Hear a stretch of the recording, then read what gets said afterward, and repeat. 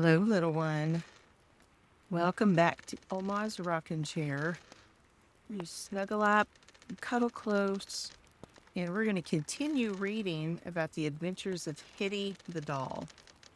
We're reading from Hitty, Her First 100 Years by Rachel Field. Are you ready? You snuggle in and close your eyes if you want to, and listen to the rocking of Oma's chair. Listen to the rain outside and the crackle of the fire. Chapter 10, in which I am rescued and hear Adelina Patti. I do not know how long I remained in my horsehair home, but after my cramped stay there, I have always held with the saying that one can adapt oneself to any situation. Of course, I grew tired lying in such a small space with my legs folded over myself, just as I had been thrust so rudely, but that discomfort was less hard to bear than the humiliation I suffered. Soon after the birthday party, the sofa was sent up to the attic to make room for a new one of rosewood and brocade. I heard a long discussion about it from my hiding place, and I only wished the old one was to be done over so that I might be released. Instead, I felt it being hoisted on the shoulders of a couple of men who carried it up several flights of stairs. After that, there was little to relieve the monotony of my days. Moths and an occasional nibbling mouse were my only visitors, and even they soon became discouraged by the stiffness of the horsehair. All through this trying period of my life, I had much time for reflection. I could not feel that little Thankful had benefited greatly from all the hymns, texts, and other religious instructions she had received. If she could abandon me at the first shade of criticism, I have no doubt that she had explained away my disappearance and that her kind grandparents had bought her the first wax doll she fancied. True worth counts for little, I sighed to myself in the dust and discomfort of my little hole.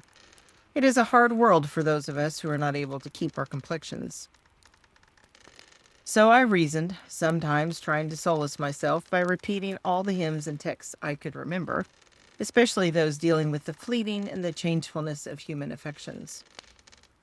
I had plenty of time for this during my years in the horsehair sofa, for when I was at last taken from my hiding place, I found that the little girl in whose honor the party had been given was now grown up and married. It was to one of her younger cousins that I was to belong. I am happy to say that she much preferred me to the rag and china children she already possessed. My rescue happened in this way. Sometimes a group of children would visit the attic on days when I could hear the rain pelting down on the tin roof just above. I always looked forward to those days and to hearing the voices and laughing and chatter, even though I was always more lonely after the feet had gone tramping down the attic stairs again with the supper bell when the supper bell was rung below. One day, more children came than usual, boys and girls together. "Let's play train on the sofa," one of them suggested, and soon they were all crowded on it. At that time, I had no idea what trains were, though I was to learn about them as soon as I emerged once more into the outside world, for they were taking the place of the stagecoach everywhere. Well, those children did their best to be as noisy as the loudest steam engine. They bounced up and down above me and beat their feet against the framework till I expected us all to collapse together. But the old sofa must have been as stoutly built as if it too were made of mountain ash wood. Just as I was almost wishing it would go, so that I should be set free at last, even though in splinters, I felt a hand thrust into the opening beside me. Imagine my suspense lest the fingers should be withdrawn before they found me, and imagine my joy when I felt them actually closing around my waist. The next thing I knew, the children's faces were all bent over me, and they were poking and peering with great curiosity. "Why, it's a doll!" they cried. "A funny wooden doll! How ever do you suppose it got into that old sofa?" They trooped down with it to show the various grown-up members of the household, but none of them could think how I had come there, and the oldest cousin, who might have remembered me from her party, was living away off in Kansas, a place I had never even heard of before. So I was adopted by Clarissa Price, in whose care I spent some of the pleasantest years of my life. It was a less adventurous period for me, but one in which I learned much that has been profitable to me later. Indeed, I should not now know how to hold my pen and write these words as I do if it had not been for Clarissa's desk companion at the little dame school she attended. Let me read that again. I should not now know how to hold my pen and write these words as I do if I had not been Clarissa's desk companion at the little dame school she attended just around the corner. Clarissa was a quiet child, older by some years than my other owners, for she celebrated her 10th birthday soon after I was found. She was a frail little girl, less given to games and romping than her brothers and sisters, and the cousins from over the way who used to join them so often. She had a small, grave face with a pointed chin, gray eyes, and the softest brown hair that seldom became tumbled about like the other children's. Her hands were very gentle, and she was far more skillful with needle and thread than either of my other young mistresses. This was a good thing, for I had certainly never been more in want of clothes. The very day she found me, she began to replenish my wardrobe. So, of course, it was not long before she discovered my chemise and name. "Thee must have been thought highly of, Hitty," she said, "to wear coral beads and thy name in cross-stitch, too." I was a little puzzled by her talk at first, till I learned that they were Quakers, who always called each other thee. So when I heard her address me so, I felt pleased, because I knew this meant that I was an outsider no longer, but a real member of the Price family. Clarissa's mother was a little doubtful about my being allowed to keep my coral beads. She dressed in plain colors herself, and did not hold with wearing jewelry and furbelows, as she called them. However, when Clarissa pleaded and she saw how becoming they were to me, she decided that I might keep them on if Clarissa did not draw attention to them too frequently, and if the neck was made high enough to keep them from being too conspicuous. Clarissa was very conscientious about this, though she often looked at them to make sure they were there. She was never allowed a locket or bright colors herself. Blue ribbons to tie under the chin for her best leghorn were the nearest she ever came to finery. However, if my clothes were less gay, at least I had more of them, and each of my 2 outfits could be taken on and off. One of these was brown sprigs on buff calico to be worn 6 days of the week, and the other was a pearl gray silk made in true Quaker fashion, with a fine white fichu crossed in front, lawn cap, and all for first day, as the Prices called Sunday. "Now she looks like a true friend," said Clarissa, when I was finally arrayed in it. It was some time before I understood that Quakers mean something a little different from the rest of the world when they use the word. With them, it is another name for people who believe as they do. "Yes," agreed Mrs. Price, "I could almost expect her to be moved by the Spirit to speak in meeting, though thee must not take her there to see." So I realized that people had not changed in their opinions about dolls attending church, as they had in other ways, in their methods of traveling, for instance, or the way they dressed. I noticed a good many changes in this line as I went about the streets in Clarissa's hands, or from the broad windowsill that faced the street watched, and Clarissa's hands, or from the broad windowsill that faced the street and watched the people pass. Skirts were fuller than they had been in the old days.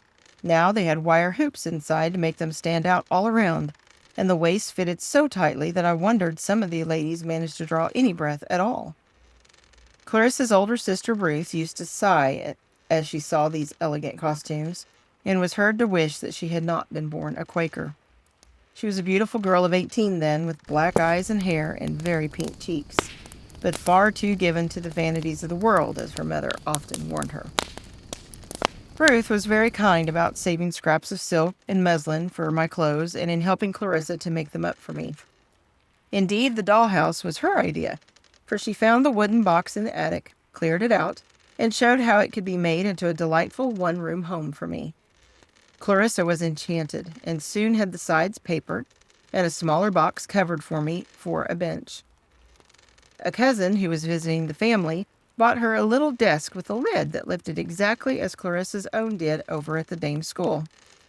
I could now sit on my bench before my own desk for all the world as if I were studying. Indeed, Clarissa cut me tiny sheets of paper the size of a postage stamp, and her brother Will made me a quill pen out of a feather shed by a neighbor's parrot. This was a green so bright, with a touch of scarlet thrown in, that I feared Mrs. Price would decide it was much too gaudy for a Quaker doll. However, I think she did not object because the parrot had been endowed at birth with such colors. Nature need not be improved upon, she used to say, which made me wonder what she would have thought of the way the savages on the island decorated themselves. So I spent many happy, studious days in my little room with its appropriate furnishings, and later that winter I acquired a braided rug of proper proportions and a china dog to lie upon it. However, I'm getting ahead of myself. For a good deal happened between the month of August, when I came out of the attic, and the beginning of the next year. It was in late October, I think, that we began to hear rumors about the coming of Adelina Patti. Everyone was talking about her. It was rumored she had a throat like a bird because she could do such intricate trills and reach such high notes. She was not much older than Ruth and had been the sensation of New York. This was to be her only concert in Philadelphia before she sailed away to Europe to sing before kings and queens. Soon, at school, at tea parties, and even on street corners, the one absorbing topic of conversation came to be whether or not one was going to be lucky enough to hear Adelina Patti sing.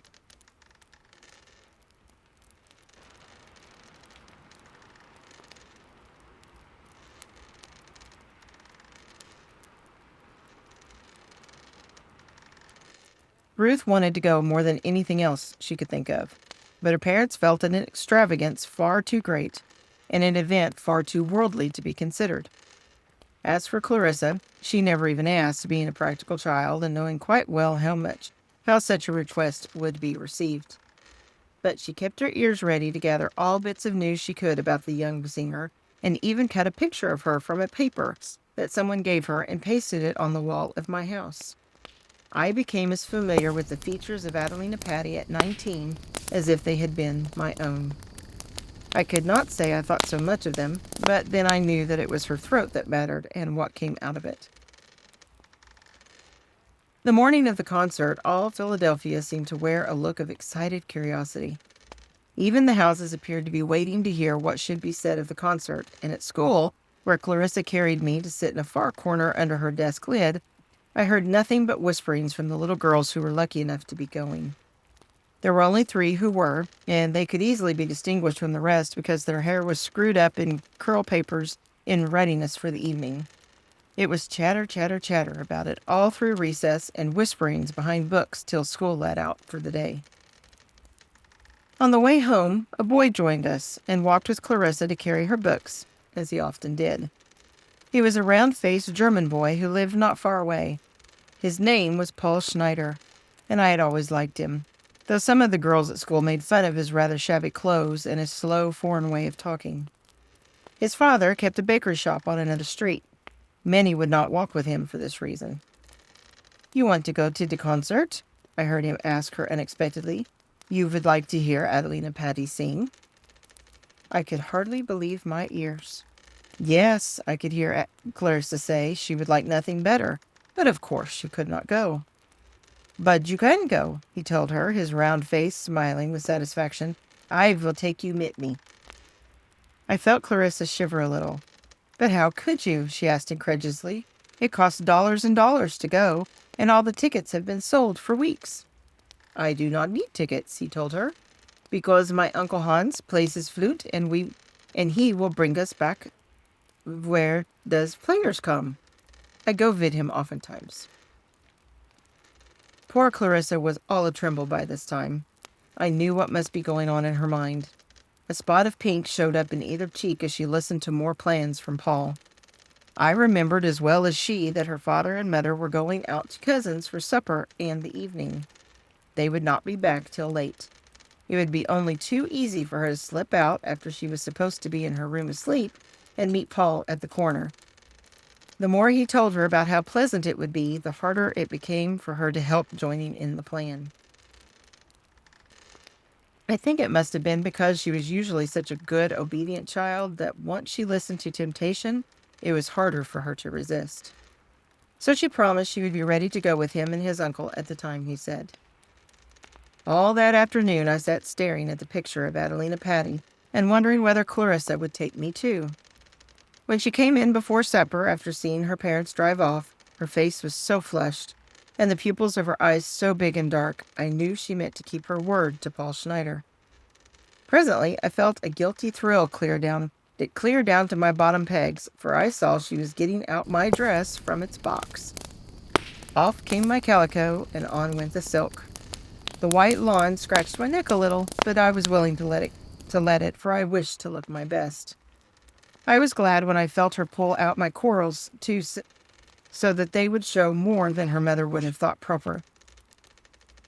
Things could not have worked out better for us if they had been planned. Ruth hurried the younger children through their supper because she had been told to see them in bed before she went over to spend the evening with a friend. She was resigned now about not going to the concert and determined to have as much fun as possible elsewhere. So she wrestled Will off to his books and the younger boys into bed. "Thee may stay up till 9 tonight," she told Clarissa, "but mind thee folds thy clothes neatly over the chair." She was off without waiting for any answer, and no sooner was she round the corner than Clarissa sped up to her little room. She set me down on her chest of drawers, while with trembling but swift fingers she got out her best gray merino with the scallop skirt and sleeves and put it on. Her best pantalettes and slippers with crisscross ribbons looked very well with it, and finally, in a burst of recklessness, she went into her sister's room and took a blue satin sash from her upper drawer. It had been a gift, and Ruth herself was seldom allowed to wear it. All this took place quickly and without the least noise. By the time the November twilight had fallen, she was ready and slipping out the side door in her brown cloak and hood. And I was under the cloak going to hear Adelina Patti too. No one saw us go. The servants were busy in the kitchen. Will was bent over his Latin, and the two little boys indulging in a game upstairs that would never have been allowed with the older members of the house about. It was a chill fall evening. The lamplighter had made his rounds early, and all the lamps looked like tall ghosts on their posts. I could feel Clarissa's heart beating even faster than it had before, and her breath was very short as she sped along by the familiar houses. Suppose I felt sure she was thinking that some neighbor should call out and ask where she was going all by herself at such an hour, but no one did. Either all the neighbors were eating supper, or else they were getting ready for the concert themselves. Paul and his Uncle Hans were at the next corner. Paul looked quite unlike his usual self, done up in a big plaid shawl of his father's. He and Clarissa took hands and hurried along beside Uncle Hans, who was very fat, and looked more so in a great coat with many capes. He carried a black leather case carefully under one arm. This, Paul explained, was his flute, and would be all jointed and put together when he got to the hall. Clarissa had to run most of the way, and her cape blew about, which gave me a chance to see what was going on around me. The two children hardly talked at all, as they needed all their breath to keep pace with the man's strides. They were late, apparently, and he feared it would be hard to pass the two in if all the musicians had got there ahead of him. Finally, he turned into a street packed with carriages of every description. There were many lights and much commotion about several great doors where people were crowding. "Ach," said Uncle Hans under his breath, "such a sight, and until it begins, still an hour yet." He told each of his two charges to hold firmly to one of his coattails and do as he said. They followed him to a smaller door on a sort of alleyway. This also was packed, but with men whom our guide hailed in German. Most of them carried bulky instruments, and we had a time crowding past the one who bore a bass viol on his back. At last we were inside and standing in a queer open space they called the Wings, though I could see no reason for giving it such a name. Uncle Hans spoke to a man named Ole, who seemed to be in charge, and after a little conversation he nodded his head and beckoned to Clarissa and Paul. "I will look out for you two," he said. You shall not miss nothing." The musicians were all getting seated outside on what I later discovered was the stage, but with the curtain still down, I could not then see it. They had their instruments out now and were tuning them up as they talked and turned over their sheets of music. We could see Uncle Hans a long way off with his silver flute laid along his lips. Paul knew many of the other players and told Clarissa who they were, but there was too much noise for me to hear much of what he said. Clarissa seemed to have given herself up completely to the joy of the evening. Only once do I remember her having any compunctions at being there, and then she reminded herself and me that she had not, like Ruth, asked her mother to let her see Adelina Patti. So, of course, I am not really disobeying, she said aloud.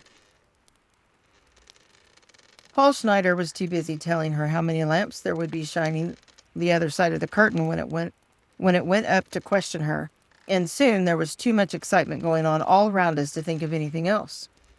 Other people were waiting nearby, but our friend Ole was as good as his word. He stood by our sides and let no one crowd in front of us. Now we began to hear the babble of voices beyond the curtain. "It's a big house tonight," he told us. "I guess there never were such a lot of people in this hall since it was built. Not since Jenny Lind sang in it once, anyway. I expect Patty will be just as famous someday, if she is only 19. Well, finally the time came round. Our friend pulled at some ropes hanging beside him, and the curtains parted the other side of the musicians. The lights were even brighter than Paul had said they would be. The crystal drops from the chandeliers gave out rainbow colors, and hundreds upon hundreds of faces showed, stretching away like a meadow of daisies in June. A gallery above that was thronged till there seemed not an inch of room left. All the time the rustlings and babblings kept up. Clarissa complained of being hot, and Ole took her cape and Paul's shawl and put them on a high stool. Then he lifted Clarissa up onto it.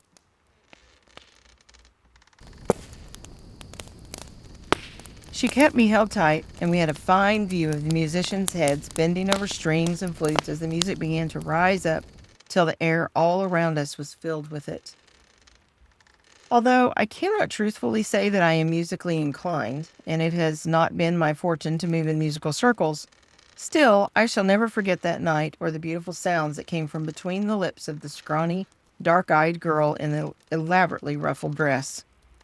We saw her being led out of her dressing room. The people watching with us were packed so thick that a big man with many gold chains across his chest and a gold-topped cane had to push them aside to make a path for her to walk through.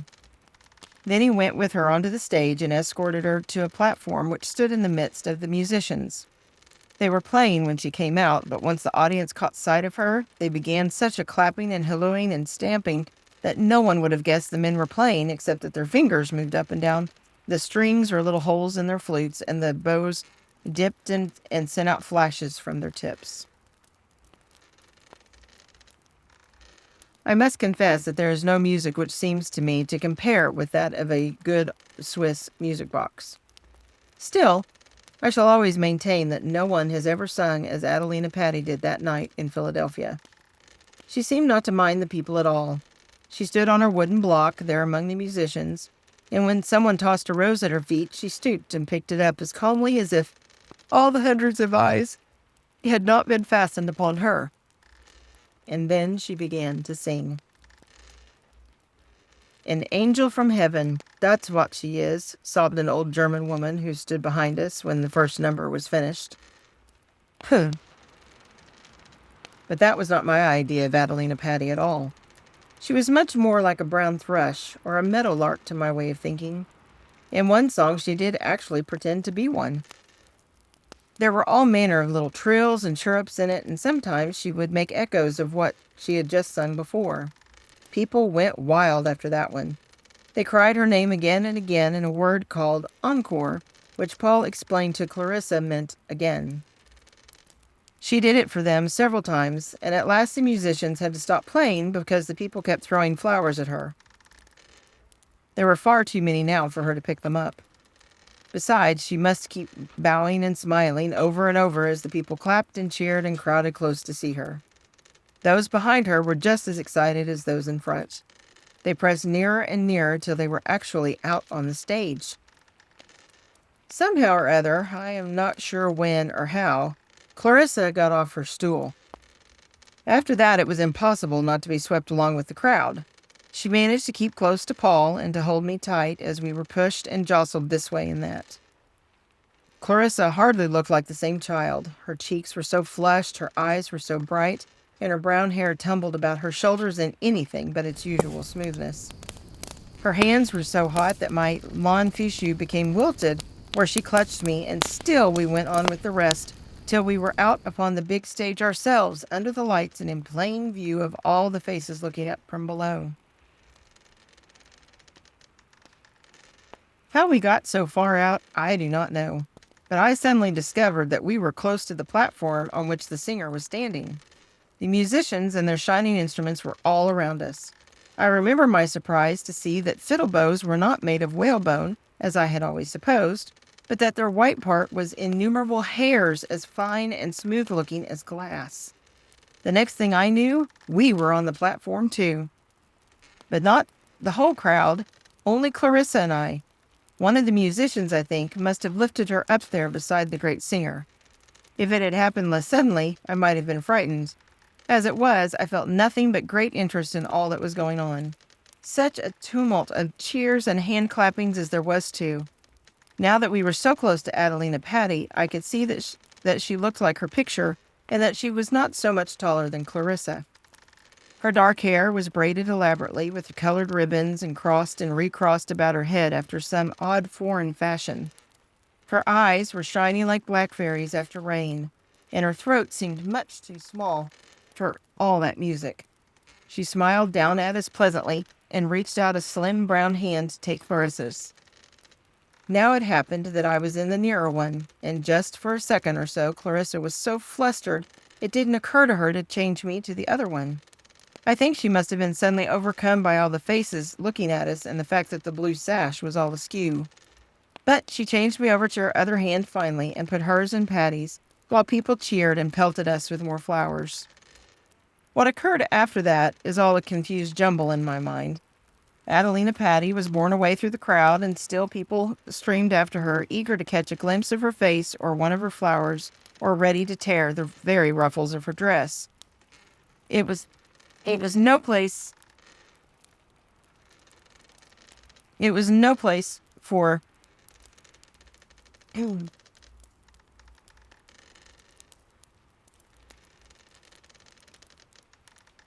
It was no place for a frail little girl of 10 and a doll of my size, and for a few minutes I wondered if we would come through the crush at all.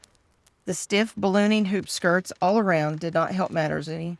It was like being caught in a close pressing forest of silk, satin, and crinoline. Clarissa had lost Paul completely. She could scarcely breathe with so many large bodies packed about her. I began to fear she would smother, for I could feel her struggling to get her breath and calling for Ole and Uncle Hans. Any minute I expected to be dashed from her hands and trampled under so many feet. It seemed a long time that we were there, but I suppose it could not have been more than 10 or 15 minutes before Ole found us and managed to drag us to safety and a place where Clarissa could breathe again. "No place for children when people go off their heads," he said, carrying us in his arms to a little door, and none too soon either, for word had just been passed round that Adelina Patti would go out to her carriage presently, and the crowd swarmed thicker than ever over the stage and into the wings. Uncle Hans and Paul were waiting by the door, and they lost no time in getting out of the alleyway. It was no use even trying to look for Larissa's cloak and hood or Paul's shawl. Uncle Hans wrapped a big woolen scarf about her as best he could, and off we started for home. "Well," he said as we reached our corner, "you don't forget the time you hear Patti, I think. There's plenty people wish that they was you." But Clarissa was too spent and shivering to say more than a brief thanks and good night. She was just turning in to go to her own side door when there was a sound of voices at the front steps. Lights showed in the hall, and her father and mother were hurrying out to meet us. "Oh, Mother," I heard Clarissa say, "thee must not let me in till thee hears where Hitty and I have been." Then she began to cry, and her teeth to chatter so that her words all ran together with gasps and sobs between. but it seemed that her father and mother knew without her telling them that she had been to the concert. By a strange coincidence, they had been there themselves along with the cousins to whose house they had gone for supper. Apparently, their evening had been almost as full of surprises as ours, the greatest being when they had seen their daughter appear on the stage beside the great prima donna. I heard Mrs. Price telling a neighbor all about it next day and reading a piece from the paper that mentioned Clarissa as a little Quaker maid who was given a share in the demonstration. I should not have been able to listen to a note Patti sang had I known Clarissa was in that terrible mob, she went on, and you can imagine her father's feelings and mine when we saw her up there under all the lights. He tried to go and get her, but no one could move for the crowds.